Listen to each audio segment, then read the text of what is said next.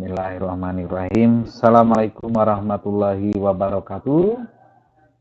Kali ini kita akan membahas tentang salah satu uji asumsi klasik yang menjadi prasyarat di dalam melakukan analisis regresi linear berganda, yaitu uji multikolinearitas.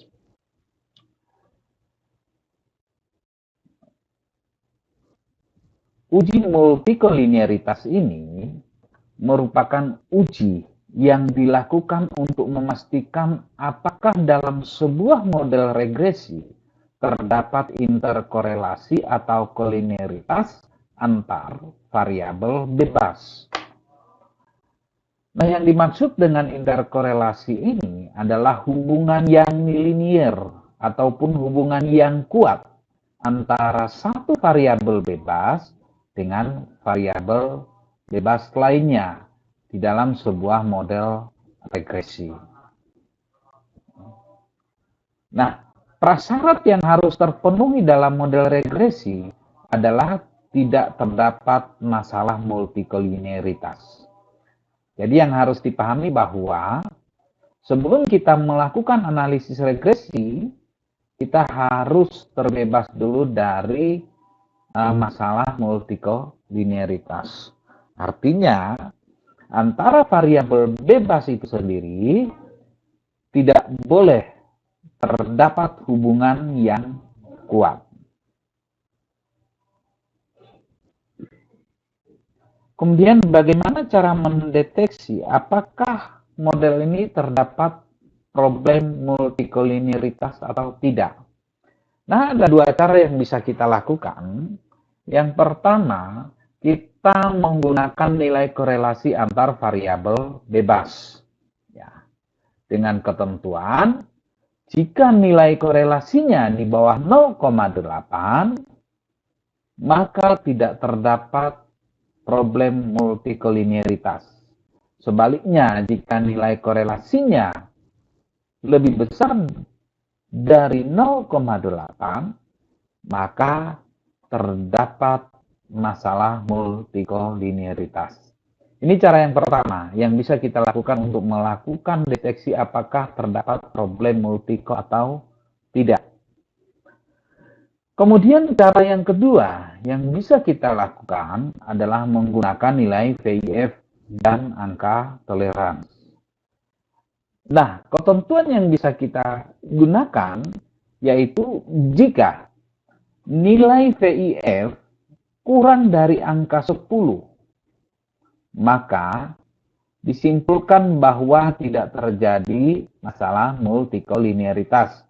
Sebaliknya, jika nilai VIF lebih dari angka 10, maka terdapat masalah multikolinearitas.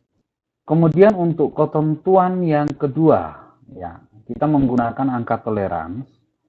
Jika angka toleransi lebih besar daripada angka 0,1, maka kesimpulannya bahwa tidak terdapat problem multikolinearitas. Dan sebaliknya, jika angka toleransi lebih kecil daripada angka 0,1, maka disimpulkan bahwa terdapat problem multikolinearitas. Oke, untuk memperjelas kaitan dengan mendeteksi multikolinearitas ini, kita coba melihat bagaimana cara melakukan analisis multikolinearitas menggunakan software SPSS. Oke, kita buka dulu aplikasi SPSS-nya. Oke, kita sudah masuk pada lembar kerja SPSS. Ini adalah tampilan lembar kerja SPSS. Kebetulan di sini saya sudah memiliki data dengan 3 variabel bebas dan 1 variabel terikat. Nah, ketiga variabel bebas dan variabel terikat ini sudah lengkap dengan tabulasi datanya. Nah, bagi Anda yang belum tahu bagaimana cara membuat tabulasi data ini, ya, ini sudah saya jelaskan pada video sebelumnya.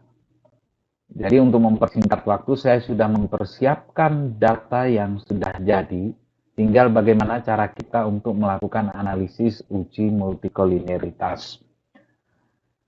Nah, kita langsung pada tahapan bagaimana melakukan analisis uji multikolinearitas menggunakan aplikasi SPSS.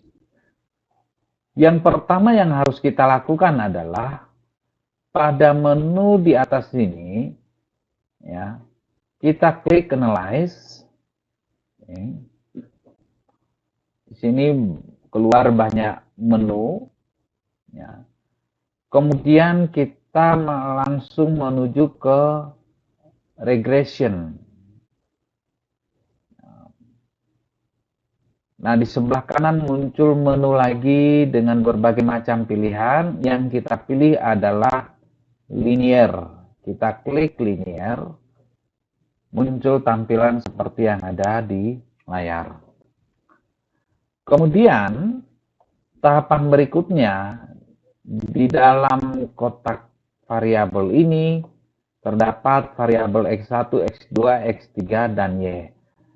Nah, variabel ini kita pindahkan. Untuk variabel X1 merupakan variabel independen, jadi kita pindahkan ke kotak independen. Dengan cara kita klik X1, kemudian kita klik tanda panah. Demikian halnya X2, kita klik, kita pindahkan menggunakan tanda panah. Kemudian X3, kita klik, kemudian kita pindahkan menggunakan tanda panah ini. Kemudian untuk Y ini adalah merupakan dependent variable, jadi kita pindahkan ke kotak dependen, ya, dengan cara sama, kita klik variabel Y dan kita pindahkan dengan tanda panah ini. Oke. Jika ini sudah dilakukan, maka kemudian perhatikan di bawah ada tulisan statistik. Nah, statistik ini kita klik, akan muncul kotak yang berisi tentang menu kaitan dengan linear regression statistik. Nah, pada kotak ini yang kita centang adalah yang pertama deskriptif, ya, kita centang. Kemudian yang kedua adalah collinearity diagnosis, ya, kita centang collinearity diagnosis dan deskriptif. Yang lainnya kita abaikan. Kemudian kita pilih continue. Oke. Setelah itu kita pilih OK. Nah, di sini muncul output analisis multikolinearitas. Jadi kalau kita perhatikan banyak tabel yang muncul setelah kita melakukan analisis tadi. Nah, tentunya tidak semua yang ada di dalam tabel ini kita gunakan. Kita sesuaikan dengan kebutuhan. Nah, kebetulan karena kita melakukan uji analisis multikolinearitas, maka yang kita perlukan adalah yang pertama tabel correlation, ya. Kemudian yang kedua adalah tabel yang memuat informasi tentang angka VIF dan toleransi. Cukup dua tabel ini yang bisa kita gunakan untuk mendeteksi apakah model regresi terdapat problem multikolinearitas atau tidak. Kita masuk pada membaca hasil output SPSS tentang uji multikolinearitas yang sebelumnya sudah kita lakukan analisis. Yang pertama yang saya tampilkan di sini adalah tabel correlation. Ini adalah merupakan cara pertama di dalam mendeteksi apakah terdapat multikolinearitas atau tidak. Pada tabel korelasi menunjukkan hasil analisis interkorelasi antar variabel bebas yang ditandai dengan nilai koefisien korelasi Pearson. Yang menjadi ketentuan seperti yang saya jelaskan sebelumnya bahwa jika angka R ini lebih kecil daripada 0,8, maka tidak terdapat problem multikolinearitas. Sebaliknya, jika nilai korelasi ini lebih besar daripada 0,8, berarti terdapat masalah multikolinearitas. Nah, kita coba lihat dari hasil analisis ini. Yang pertama yang kita deteksi adalah antar variabel X1 dengan X3. Ketemu nilai R 0,372. Di tabel bisa kita lihat korelasi antara X1 dengan X3. Ya, ketemu 0,372. Ini artinya korelasi X1 dengan X3 sebesar 0,372 lebih kecil daripada 0,8. Berikutnya, X2 dengan X3. Angka korelasi ketemu 0,149. Angka ini lebih kecil daripada 0,8. Selanjutnya, variabel X1 dengan X2. Ya. Untuk variabel X1 dengan X2 ini ketemu nilai korelasinya 0,377. Angka ini juga lebih kecil daripada 0,8.